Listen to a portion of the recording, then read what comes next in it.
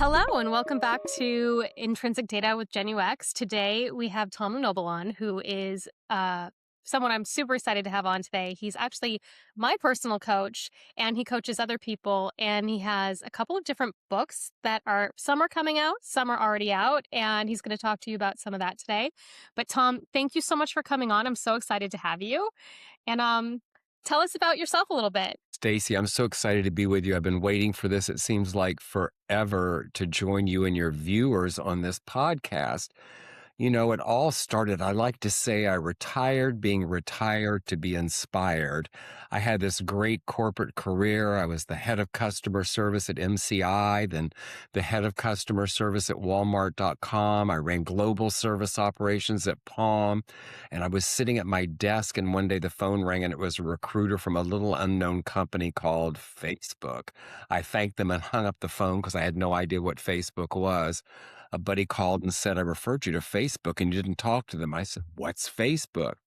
Long story short, and it's a great story in this book behind me, I interviewed with Mark Zuckerberg when he was 19 and ended up going to Facebook and setting up all their initial customer operations and some other things there. I was then the chief support officer for a company that's now, the IP is the backbone of Geek Squad remote support. Had my own consulting business, and boards would send me in as their VP of HR or COO with a perceived problem at their startup, which was never the problem. And then I fell in love and got married and traveled the world, but I knew I had more to give and more to share. So today, as you know, Staci, I'm a coach with lots of CEOs, founders, and executive directors of nonprofits and professionals. My own podcast, Opening Pathways. I'm the author of this book, and by the time the viewers see it, another one. And I'm also the CEO of the Coaching Academy for Excellence. And it is great to be with you. Thank you. It's like when you hear it all said out loud like that, it's like, what? How did I even meet you? Right. So it's funny, actually, how I met Tom. I got an email to be on his podcast, and the email came from a weird person, and it wasn't Tom. And I realized that he was ex-Meta. And there's something about people who worked at Meta. We all have kind of similar personalities. And I know that sounds strange, but it is true at the same time. And I'm sure that was intentional, obviously. And so I found Tom on LinkedIn, and I'm like, hey, I think someone is using your email to spam people, just so you know. And it turned out it wasn't a spam. It was actually Tom. And that's how we ended up meeting. So I think that's also very kismet of how, life works out sometimes. But to It segue more, does. It does. it does, right? To segue more into you, like, let's talk about like writing a book. Like, for some people that's super daunting, but I'm currently reading the book that you have like up behind you, Your Life in Business Suits, Hospital Gowns, and High Heels. And I think it's a super fascinating read. Like, why did you decide to transition into like coaching, writing books? Like, where did that come from? Well, you know, I had that great corporate career and kicked back and thought I was going to retire. And I should share with your viewers that through everything I said, I've had two life-threatening illnesses. The first one I was told was terminal. I've lived with metastatic cancer the last 14 years. I've actually been given 6 months to live 3 times. And about 15 years ago, I decided that I should start writing down some of this stuff. And so I wrote the manuscript for this book. And it was so cathartic that I put it up on a shelf in my office and forgot about it. And a few years ago, I had this year-end practice I've been doing for over 35 years, and this book popped up. And I knew I either needed to finish it or trash it because it desperately needed to be edited. And I decided to run with it, and every door possible opened. And what I would share with you, my biggest tip about writing a book now that I've got two more coming, is that a lot of times we sit down and try and write it linearly, and memories don't happen that way typically. And so I recommend, if anybody's thinking about it, that you jot notes, record stuff, and do it without regard to any timing or anything like that, because you can put it together in order later, and that way you capture things as it flows. That's really good advice for someone who might be thinking about that. Because I think that's how we all think about things. When I think about certain things that have gone on in my life, or when I'm, reminiscing, it's not linear. It's like, oh, I think about being a teenager. And then sometimes I think being about 20, what was that? Oh, that was super fun. Those were good times. So that is interesting that you put it in that structure, in that foundation. Tell me about, like, so this first book that you got out, it says you've been working on it, you for a long time. It just you didn't know what it was gonna be, right? And so now you have this book out and it's doing well. Why did you decide to write 2 more books? Because the next one's coming out Well, soon. this first book, I've been so lucky, has gotten 5 book awards. It's gotten such great press about it. And so I had always thought about doing a series. And the second of this series, which will come out later in the year, is going to be my life at Facebook, The Adult in the Room. So when I went to Facebook, everybody was 20 and 21. It was still in colleges. And, I was 50, so I was old enough to be everyone's father. They actually called me the adult in the room. So I'm gonna tell the story of those early, early Facebook years from colleges before as it launched to high schools and beyond, and photos and all those early days of news feed and those things that, through my eyes of being the oldest person there, working with all these 20 somethings, which is gonna be really great. Then the third of the series is My Life in Toxic Soup. And it's about my toxic relationship and marriage, along with toxic cancer treatments woven into a story, basically the last 15 years. But the next book up is called Morning Ground. I do this thing on Facebook every morning and Instagram that's called Morning Ground. And it says, before the world asks anything of you, take this moment for yourself. And each day has a word that I speak to. It's less than 2 minutes. Well, this all started one day. I was sitting with my cup of coffee, and I thought after this book launch, I had this morning practice I've done forever. And I've been part of it kind of went by the wayside. And I looked at my cup of coffee and thought to myself, boy, Tom, you could use some grounding. And then in my head, morning ground happened. And that's how the idea happened. So I'm taking those things along with a lot of the writing I do. And it's going to be a daily empowerment book that you'll just be able to pick up whenever you want and show it to you. I was going to show you today the cover for no one's seen it, Stacy, I would love to see it. but it went back for one round, so I can't do that today. Okay, okay. Just tease us. It's okay. It's okay. So I'm actually in the middle of, I think I'm about 75% way through, according to my Kindle. The the My Life in Business Suits, Hospital Gowns, and High Heels. And I've got to tell you, it's a page turner for so many different reasons. Like, I mean, growing up in this country, first of all, like your grassroots in this country, in small shack in Florida, and ending up in San Francisco working for Facebook, like two completely different lives, right? And I don't want to give Yeah, anything away because I feel like every segment of the book really deals with really groundbreaking things that were happening at the time and how people were coming to understand different and alternative ways of living, different and alternative ways of loving, different alternative ways of caring for people. So your life really exploded during, like, there was a lot of things that happened to you in the 80s and during the 80s that most people don't realize were really cumbersome for quite a lot of people unless you watched the movie Dallas Buyers Club. But honestly, your perception of it and the epidemic that was going on in this country at the time was AIDS. And your perception of it and knowing so many people who were touched by that disease versus in the 90s, how treatment started to change. And even in the 2000s, what it looks like now. Tell me a little bit about that because you do talk about that in the book, and I don't want to give anything away, but that's a huge life experience, right? And so yeah, how do you think that's influenced you throughout? it was. So you've already been through chapter 9, Bubby.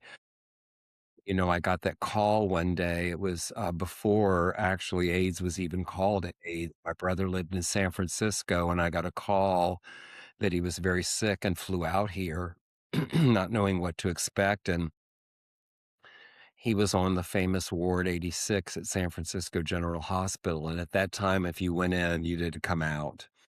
And the story will share with any of the readers that I got to call my parents, who were a very small town, had no idea that my brother was gay or anything about AIDS, and went through what happened in the last 10 days of his life. And then it leads into not only that, but myself then being diagnosed just a few years later and coming out of the gate, right out of the gate with full blown AIDS. And I love that you talked about the Dallas Buyers Club because I had to leave one of the best companies I ever worked for, MCI. I was on a fast track. And the doctor finally said to me one day, "You've got less than 6 months to live. Do you want to do it at your desk or do something you enjoy?" And it was really hard leaving that company, but I never stopped working.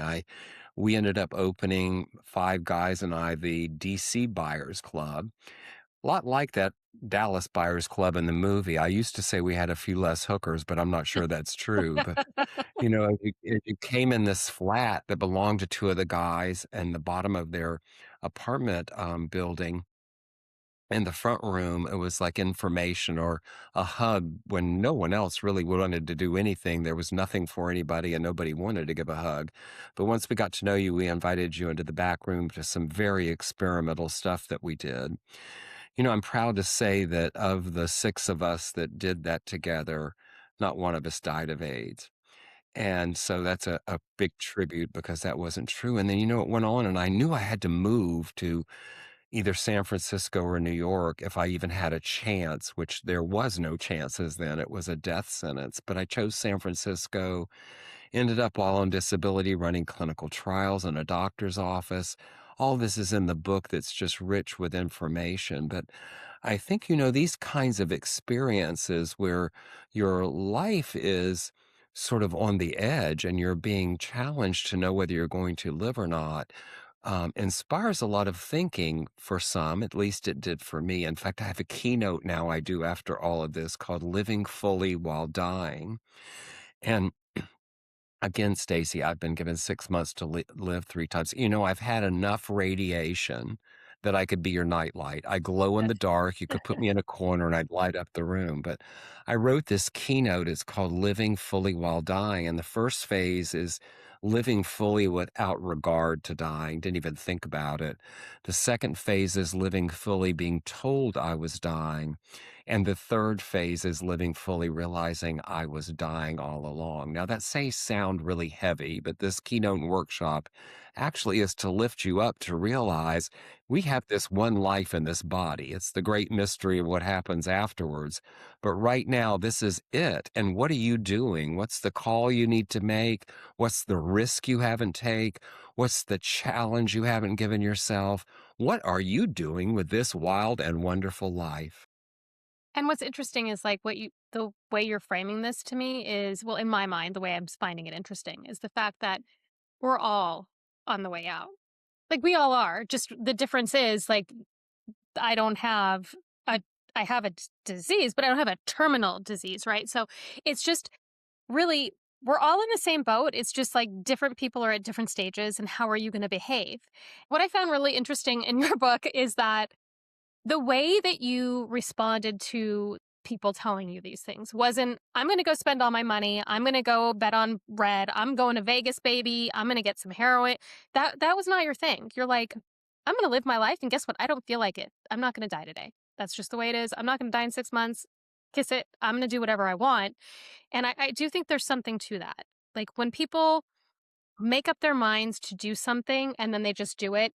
I always say being stubborn about something really gets you far in life, whether it's the right thing or not. It just, there's a level of it, right? The way that your perspective on life and to keep moving forward. And, you did have to give up a job that you loved, but you didn't really give it up because you found other Yeah. jobs that you loved, right? And you You carry that know, with you. Go ahead. yeah, I work with a lot of clients and I find that so many people live in the past. And, as if there's a do-over, or we're like those movies we watch or videos on our phones where there's a backup by 10 seconds. Life doesn't work like that. And so I like to speak to people about being here in the present because if you get too far in the future, while you don't need a terminal illness, we just need to realize we woke up this morning. Some people didn't. Life is like that. And so what are you doing now with your life? And The last time I was given 6 months to live, the cancer had come back, and the doctor said to me, "Well, we can't do anything for you. It's in 5 places. If we give you more radiation, we'll fry you." And so I looked at them and I chuckled. And now if you wanna get the attention of doctors, chuckle when they tell you you've got 6 months to live. But you see, I knew something. I already knew, I'd already dealt with this before, that if that were true, I knew what I would do with those last months of my life. What I was much more interested in is what was perhaps on the other side of it. And so I went and sought out and researched and looked for alternatives, and ended up finding a doctor in LA that let me do some cutting edge treatments that weren't even out yet or approved. And, the crazy story about this is I said yes. They said, "Well, you've gotta come down here every week for 18 weeks, and you'll probably want a hotel," and I said, "Yeah, I don't think so." And so I went down for 18 weeks, but before I started, they said, "You need to talk to the business office," and so the business office and I talked, and they said, "Well, your insurance doesn't cover this, so we need $479,000." Which you had. Yeah. Well, I mustered it together, and I paid them. I figure, you're gonna die anyway, why not, right? Yeah. And so after this treatment was over, after the 18 weeks, I remember them saying, "You should spend the night." And I said, "Look, by the time I get to a hotel in LA at night, I could be home in my own bed in San Francisco." That's true. But I remember when it was all over, I wrote the business office one day and I said to them, "I need you to file this on insurance." And they said, "Well, it's not going to pay." I said, "I just need the explanation of benefits for taxes." So they filed it, and guess what? They paid it. They had to give me all my money back. So you never know what's on the other side of these things. And do I know whether that treatment, there are 2 of them, for 18 grueling weeks did anything? What I do know is I'm still here. And I'm asked the question often, "Tom, why do you think you're still here?" Well, I've had the best medical care. I've had access to the best treatment. My skin color gives me privilege. But there's one thing that's true about it all. I believed I could. I think that's the stronger feeling. And like what you believe you want to do and what you believe, we can talk into metaphysics and get into like energy and things like that. We can go wooey wooey, but I don't really think it's wooey wooey. I think that what you put out in the world and the way your perspective is, and if you just lead with happiness and authenticity and you just kind of take a deep breath and go, whatever's going to happen is going to happen. It's kind of out of my control.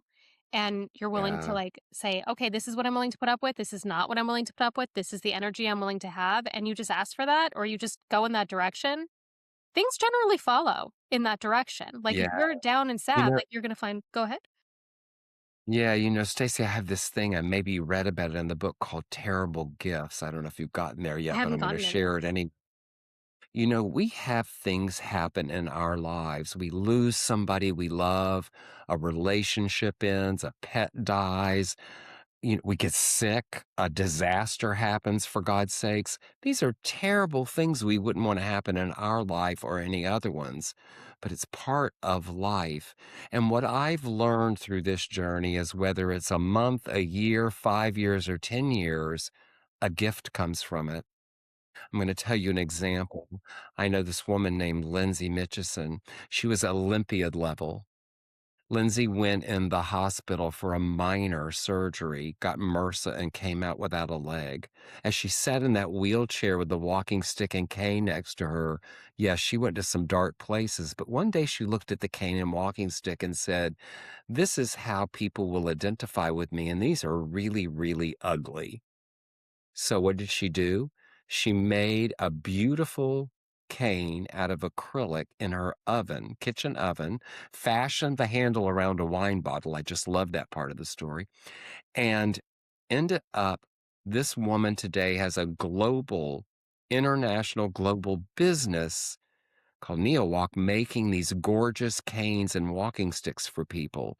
So when you see people, instead of identifying with them as being disabled or handicapped, you see the cane and walking stick and have something to speak to and talk about.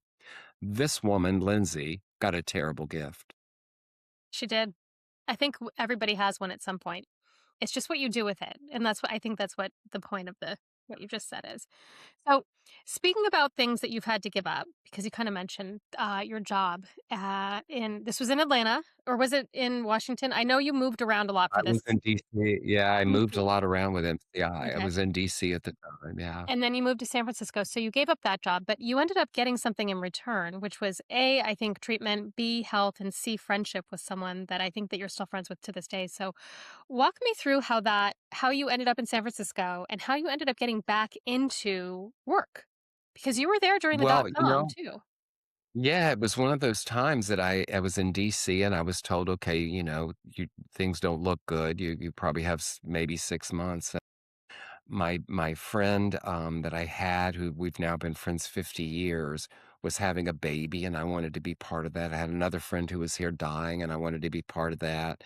And then I knew treatment was here, that if it was possible, it was here. So I moved to San Francisco, and as I said, I ran clinical trials at the executive director of a nonprofit here. We did nutritional standards for kids with AIDS, and about 1999, very late, I had 9 T cells, and any of your viewers that know anything about this, you're not supposed to have 9. You need at least 200 to not get opportunist infections. I mean, I had 9.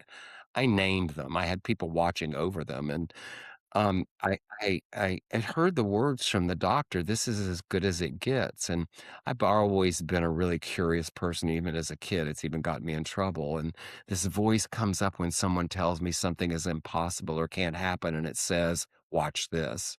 So I heard those words about this is as good as it gets, and I heard those words, "Watch this." So I decided I'm going back to work. Well, the disability company said, "You can't do this. We'll give you another year to fall back on." The doctor said, "It's gonna kill you." People begged me not to do it, and so I started interviewing. It was in the middle of the dot-com craze. Well, I had missed the whole internet revolution while I was sick, and here I am interviewing at internet companies. So I remember I was in San Francisco walking in Union Square one day, and I got this phone call and was offered the job as director of customer service and satisfaction at a startup. And I said, yes. I think I was levitating, Stacy. And my next thought was I have nothing to wear. So I saw a men's store, went in and bought 3 suits because that's what we had to wear back then. Well, the best part about this story, with everyone's doom and gloom, don't do this, it's going to kill you. I knew I was bright enough to learn fast enough and pull it off. And so I went. Well, my health soared. Suddenly, in 2 months, I had 200 T cells, which means I could drop a lot of medications, and all sorts of things happened. And while I was still sick, I remember going to meetings for all those years. I wasn't concerned if I was in the right meeting room. I wanted to know where the bathroom was before I even went to the meeting to make sure I could run if I had to from all the drugs I was taking. But I went back to work, and you heard what I did and how that all unfolded, and how I ended up at those companies was simply I took a risk. I decided that by taking a risk and being resilient, that I could reinvent myself. And why shouldn't I? Yeah. Why not? So what I find really interesting is like we were talking about, the 1980s and the scare for AIDS. And then you literally did something else that was really scary for a lot of people, which was the dot-com bubble. So everybody was in San Francisco at a certain point. Like there were tons of startups, tons of businesses, a lot of, this is where Silicon Valley, I think, really exploded. Like San Francisco stopped being known as like the hippy dippy place and come, are you going to San Francisco for being a hippie to if you're going to go anywhere for tech, you got to go to San Francisco.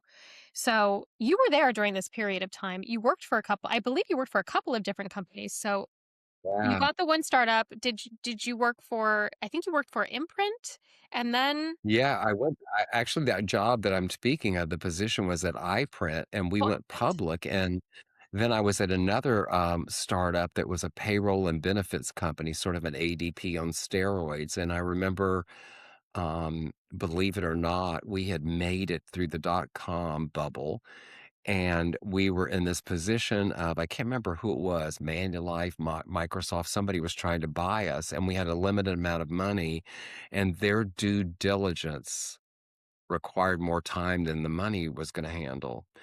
And so I ended up laying off 160 people the whole company on my birthday. Tell me about that. And it was wild. It was the wildest experience, and but I ended up keeping a little skeleton crew for a few weeks, and then I remember about 4 weeks later, it was time for me to turn the keys into the building, office, and as I was walking out and getting ready to do that, I looked back over this room, this office, huge office space, and I looked at all the tape dispensers and hole punchers I had approved for people to buy, and it was the weirdest experience. In fact, I took one of each with me because it was like, such a way of looking at what was happening in the dot-com bubble of all these just things growing so fast. And here it was like a graveyard of tape dispensers and hole punchers. And then it hit me. I was getting ready to lay off myself. It was the first time ever that had happened. So it was an interesting experience, but I consulted a little bit and then reinvented myself and started working at Walmart.com in the early days.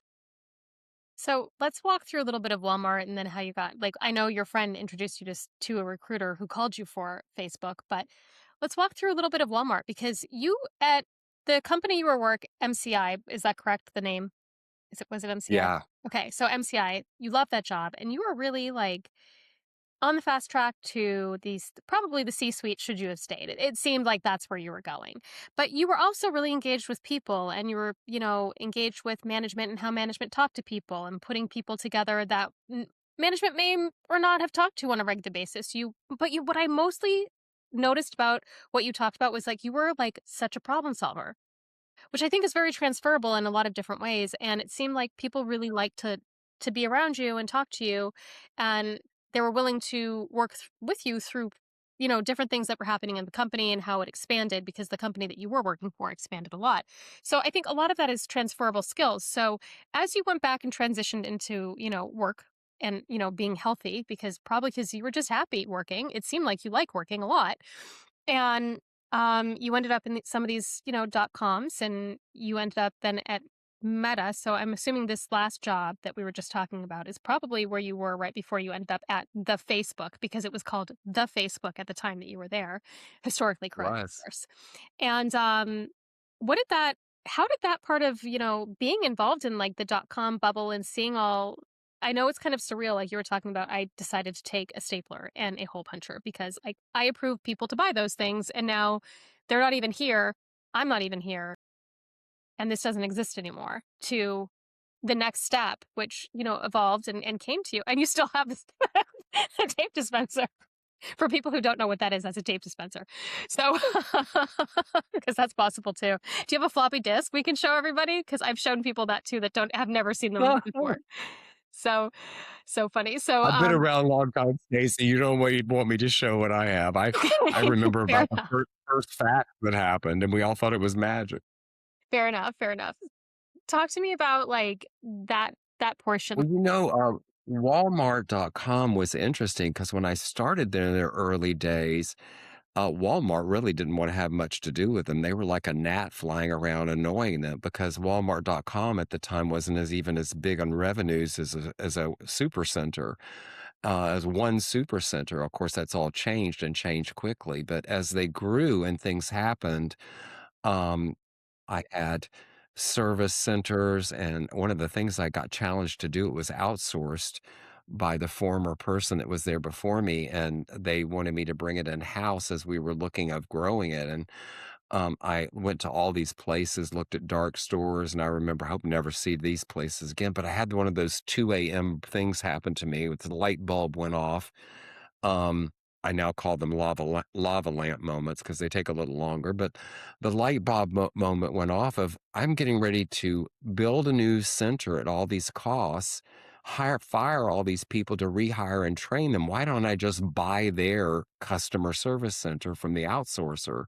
So I had this brilliant idea, and that's what I did. And Walmart.com was very, very much an exempt organization as far as employees, very few non exempt hourly workers. And here the service center was exactly the opposite.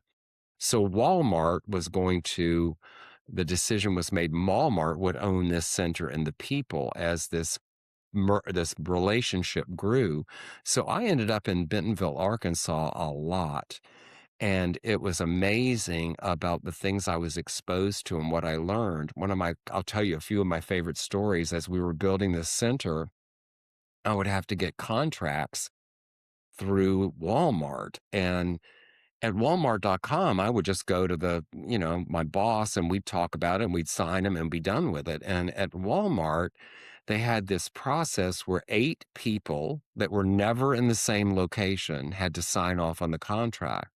And if one of them made one change, you had to start all over again. So I was there one week and Lee Scott, the CEO at the time, saw me and he said, "How's it going, Tom? What's going on?" And I said, "It's going great, Lee, but this contract process is really, really, really holding me back and slowing me down." And he started laughing. And I remember looking at him going, "It's not funny to me."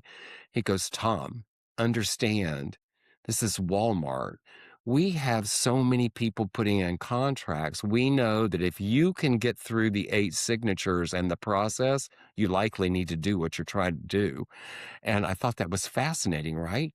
Yeah. Then I remember being there and I got assigned to go. There's this Saturday morning meeting, the Culture Saturday people have heard about, but there's this Friday business meeting where all VPs and above are there and they report all their numbers from around the country. And I started reporting on Walmart.coms when I was there.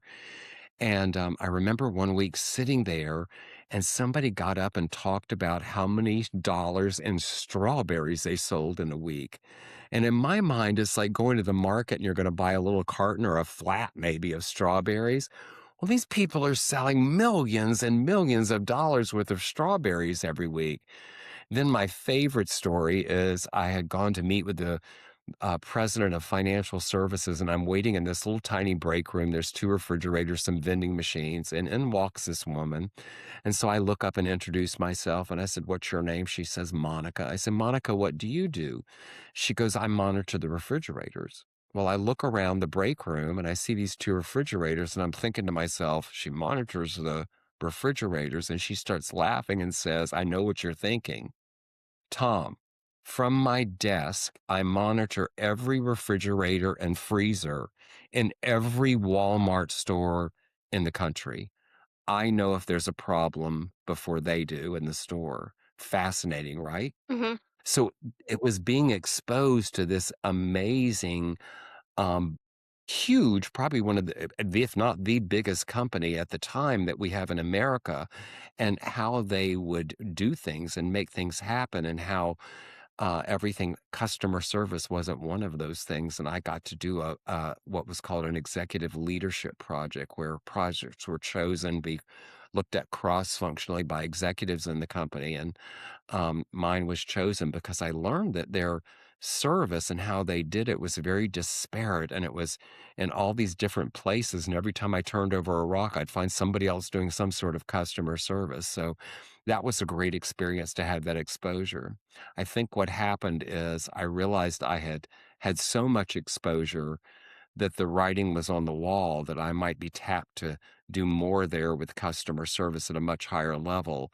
And I'm going to be just very frank, Bentonville, Arkansas was not on my travel brochure. And about that time, Palm called, the Palm Pilot Trio people that Yeah. are now Oh, part of HP. yeah. And so I ended up going to run global service operations for them. I had service centers all around the world. I had a corporate staff, and then I traveled in wonderful places. And that is when the infamous call happened from the recruiter from Facebook. So interesting.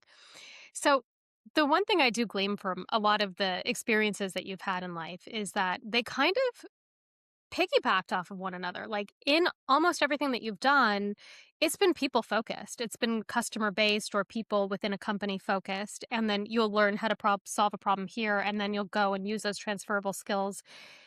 And then not, I don't think any of these things were like intentional. I think that that's just kind of like your personality and how you kind of worked things through and how you talked things through and how you got into these companies and moved up and became as successful as you've been throughout all of your career. So, that being said, like that's the intrinsic part of what we'd love to talk about here. So, is there anything that I'm saying to you that really resonates and that you want to, kind of, Yeah. because then I have a follow up question about that too. Yeah, absolutely. I realized something about myself through all of that is I'm a builder, a disaster fixer, or a creator. When anybody wanted me to be in maintenance mode, just keep it as it is, or just make sure it runs, then I'm out of there. The other thing that I look back and see that each of these positions, I took a huge risk. When I left Palm, I had a cushy office looking over the bay. I was traveling the world. When I went to Facebook, I remember walking in the first day to this huge room of desks, of triad desks that looked like, doors on legs. And as they walked me across the room, I saw one office in the corner and I go, God, they got to be taking me there. And as we got to the office, it wasn't mine, it was the controller's. They just put me outside the controller's office, I think, to guard it a bit. And as I sat down with the nine people that reported to me at the time, two of them at my same desk, I thought to myself, what have I done? And I remember asking them later in that day, where are the phones? And they said, they look all white, right? They said, phones, we don't want to talk to anybody. We do everything by email. Well, I knew from my experience somebody was going to be on the phone. And I realized at that moment it was going to be me. But there are these times that we take risks. Either the position is above what we think we can do, or the we're shifting what we're doing so much that I just found that taking risks really was an opportunity to be resilient and see what you could learn and build from it, knowing that, so what if it doesn't work out? But I would do this thing that I love to coach people on, which is called act as if. I would see myself at the next level or the next position and just behave if I was there. And it always seemed to work. So that's some of the things I look back on today of the sort of the wisdom of it all, because taking risks allow you to be resilient. I just think resilience is nothing more but like your bicep or tricep. It's a muscle. You exercise, it gets stronger. I like to say resilience is your greatest currency. The stock market can crash. You can lose your job. Your title can change. No one can take your resilience away. And it's always an opportunity to reinvent yourself. And one of the things that I will share that I have learned the most that I love right now is that I see that fear, even the imposter syndrome we talk about, people have written all these books, but these things like fear are nothing more than an opportunity for growth. Yeah, I completely agree with that. And it's funny, I remember people saying when I first started at Meta, this is a big conversation at Meta when you start there, is don't think about the imposter syndrome that you might be feeling. And so when I got there, they kind of had this onboarding event where you kind of just had these new people talk to people who had been there at Meta for a couple years, like 2, 3 years, and how overwhelmed they were when they like came in and started to meet the people they were working with and how smart those people were. And they were like, am I good enough to be here?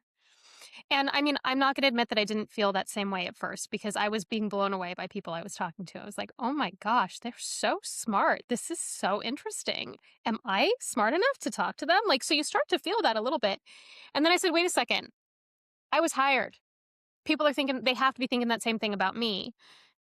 They have to. And even after I had been there for like 6, 7 months, people would come up to me and be like, you know what's going on here. I'm like, no, I don't. I have no idea what's going on. Like, I'm just part of the background and I think I know what's going on. But it was just really interesting to me to have that switch turned off when I was like, kind of feeling like that at first. And then I was like, no, I got hired here for a reason. And I'm assuming that other people are feeling the same thing. So therefore, there's no such thing as imposter syndrome anymore. And there just wasn't all of a sudden. I don't think that's very easy for most people, but I do think that it's a real thing. And then when you start to just relax into what you're doing and just like own it a little more and feel comfortable in your space, you do achieve a lot more. You do just naturally just understand things. You're not caught up in, am I good enough anymore? Because you're there, you're good enough. That's the way it goes. And if you're not there, you're still good enough. It's just you're going to do something else. So, out of all this, we're going to have to wrap it up real soon. But how did you end up being a coach? This is a great story. I actually took coaching in the late 90s. It was one of the times I had been given 6 months to live, and I saw this course that was being delivered. And it was billed as being transformative and empowering. And I remember I've got 6 months to live. Maybe I could use a little transformation. But Fair. what it was the first course was an introductory to more courses, which were about coaching. And I ended up taking all of them and then working with the founder.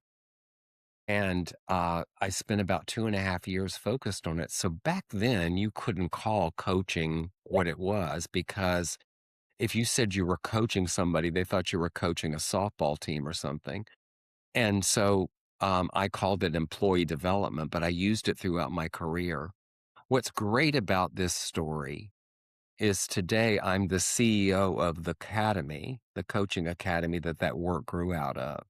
It's been around for 24 years. It's an International Coaching Federation certified academy. And the founders and I stayed in touch all of those years by cards and just a hello every now and then, and had a serendipitous event where we were front to front with each other. And I did a project for them just out of a pro bono project to help them out, that one thing led to the other. And I love telling people that come into the new courses that we offer and tell them the story of, look what can happen.